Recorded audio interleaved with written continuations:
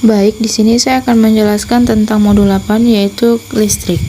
Di sini ada slide 1 dan slide 2 sampai seterusnya, di mana slide 2 itu di situ tertulis listrik statis dan dinamis. Untuk slide 3-nya ada peta konsep listrik statis. Di situ kalian bisa lihat ada peta konsepnya. Dan yang ke slide 4 itu adalah muatan listrik sebuah benda.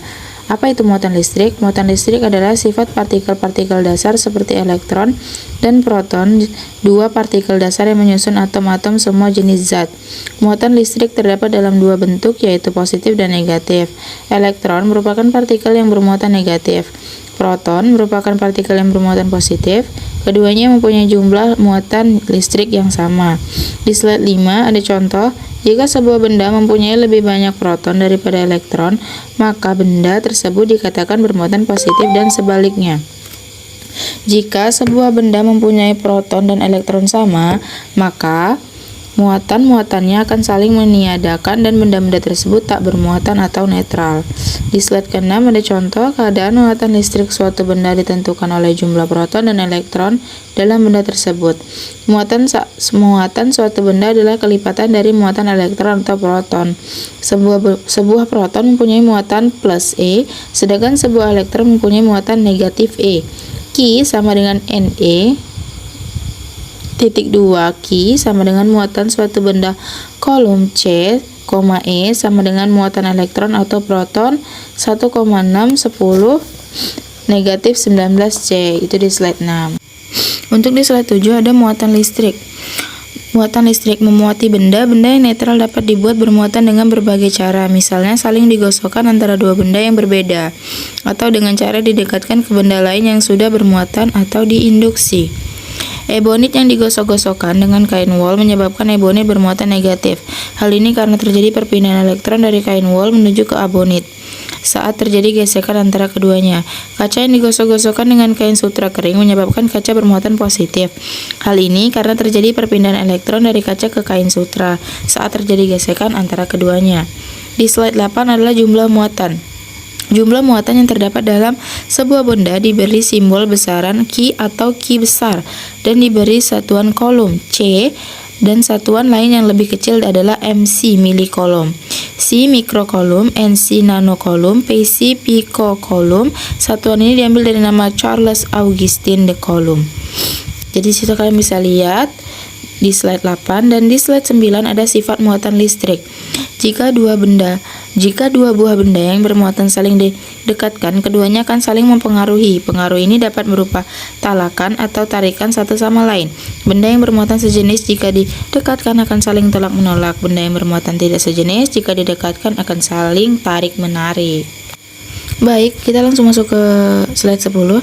Di situ adalah gaya Coulomb. Menurut Charles Augustin de Coulomb, besarnya gaya tolak-menolak atau tarik-menarik antara dua buah benda bermuatan sebanding dengan muatan masing-masing benda dan berbanding terbalik dengan kuadrat jarak antara kedua benda.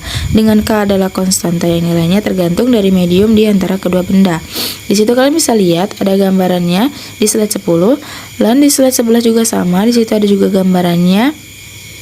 Di situ ada persamaan gaya Coulomb, terus ada juga yang sering dituliskan dalam bentuk lain persamaan gaya Coulomb, dan dijelaskan juga seperti apa itu ruang hampa. Untuk di slide 12 juga sama seperti slide 10 dan slide 11, kalian bisa lihat sendiri. Untuk benda dalam ruang hampa sudah ditulis semuanya di situ. Dan jika benda berada dalam medium tertentu, berlaku rumusnya juga sudah tertulis di situ di slide 12, dan di slide 13 juga seperti halnya sama. Di sini adalah permitivitas relatif. Jika gaya Coulomb dalam vakum dibandingkan dengan gaya Coulomb dalam bahan akan diperoleh. Di situ kalian udah bisa lihat semuanya, rumus-rumusnya dan cara-caranya di slide 13. Baik, kita langsung masuk ke arah gaya Coulomb, yaitu di slide 14. Arah gaya Coulomb juga termasuk besaran vektor, sehingga arahnya tertentu. Jika benda A bermuatan positif dan benda B bermuatan negatif, maka A tertarik ke arah B dan B tertarik ke arah A dengan gaya yang sama besar, tetapi arahnya berlawanan. Seperti gambar yang ada di slide 14, bisa kalian lihat sendiri. Dan di slide 15 adalah gaya Coulomb oleh beberapa muatan. Jika terdapat lebih dari dua muatan, maka total gaya Coulomb yang dialami salah satu benda harus dihitung secara vektor. Hal ini karena arah gaya yang ditimbulkan oleh masing-masing benda mungkin berbeda. Di slide 15 juga kalian bisa lihat sendiri gambarannya seperti apa, seperti di slide 14 juga. Dan di slide 16 ini ada gambaran terlebih dahulu lalu penjelasannya, yaitu perhatikan arah gaya vektor kolom tersebut jika berlawanan maka F total sama dengan selisih kedua vektor, tapi bila searah F total sama dengan jumlah kedua vektor dan jika membentuk sudut tertentu carilah F total dengan menggunakan rumus kosinus. Itu di slide 16. Lalu di slide 17 ada gambaran terlebih dahulu lalu penjelasannya, perhatikan arah gaya vektor gaya kolom tersebut jika berlawanan maka F total sama dengan selisih kedua vektor, tapi bila searah F total sama dengan jumlah kedua vektor dan jika membentuk sudut sudut tertentu carilah F total dengan menggunakan rumus kosinus. Di slide 17-16 itu sama, dan di slide 18 di slide 18 juga sama. Gambaran dulu, lalu perhatikan arah vektor gaya kolom tersebut jika berlawanan maka F total sama dengan selisih kedua vektor, tapi bila searah F total sama dengan jumlah kedua vektor dan jika membentuk sudut tertentu carilah F total dengan menggunakan rumus kosinus. Jadi di slide 16, 17, 18 itu sama aja menggunakan rumus kosinus. Kita langsung ke slide 19, yaitu kuat medan listrik, yang dimana medan listrik adalah daerah di sekitar benda bermuatan listrik yang masih dipengaruhi gaya kolom dan dari benda tersebut. Tentunya pengaruh ini hanya dirasakan oleh benda yang juga bermuatan listrik. Besar pengaruhnya gaya kolom untuk setiap satuan muatan positif disebut kuat medan listrik. Kuat medan listrik diberi simbol besaran E dan satuannya Newton atau Coulomb atau N atau C. Nah, di sini ada jadi secara matematisnya kalian bisa lihat sendiri di situ. Di slide 19, lalu di slide 20 ada garis medan listrik. Medan listrik adalah tidak dapat dilihat tetapi pengaruhnya benar-benar ada. Hal ini mirip dengan pengaruh oleh magnet yang nantinya akan dibahas tersendiri. Untuk menggambarkan keberadaan medan listrik ini dilukiskan dengan garis-garis berarah yang dinamakan garis medan listrik. Sifat garis medan listrik ada: 1. Berasal dari muatan positif dan berakhir di muatan negatif. 2. Tidak saling berpotongan. 3. Semakin rapat garis-garis medan listrik pada suatu tempat, maka medan listrik pada tempat tersebut semakin kuat dan sebaliknya. Untuk di slide 21, arah vektor medan listrik.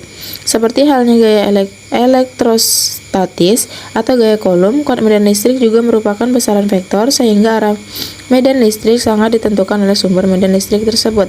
Nah, kalian bisa lihat di situ gambarnya di slide 21. Di situ ada garis medan oleh muatan negatif digambar di sebelah kiri, dan sebelah kanan ada garis medan oleh muatan positif. Jadi kalian bisa lihat di situ untuk slide 21. Baik, di slide selanjutnya adalah itu video penjelasan mekanika fluida. Jadi kalian bisa langsung nonton di situ. Dan sekian pembahasan materi apa yang saya bawakan. Jika ada kesalahan mohon dimaafkan, jika ada kurangnya juga mohon dimaafkan. Wassalamualaikum warahmatullahi wabarakatuh. Makasih.